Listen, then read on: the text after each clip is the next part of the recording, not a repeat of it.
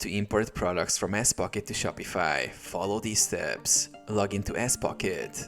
Go to the Spocket website and log into your account. Connect your Shopify store.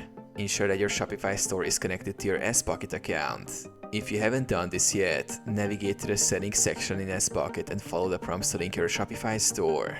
Browse products. Use the Spocket dashboard to explore various products. You can filter by categories, shipping options, or price to find items that fit your niche. Add products to your import list. When you find a product you want to sell, click Add to Import List. This will allow you to review and customize product details before pushing them to your Shopify store. Customize product details. Go to your import list in Spocket.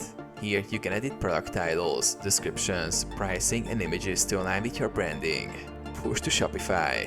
After customizing the products, select them and click Push to Store. This action will import the products directly to your Shopify store.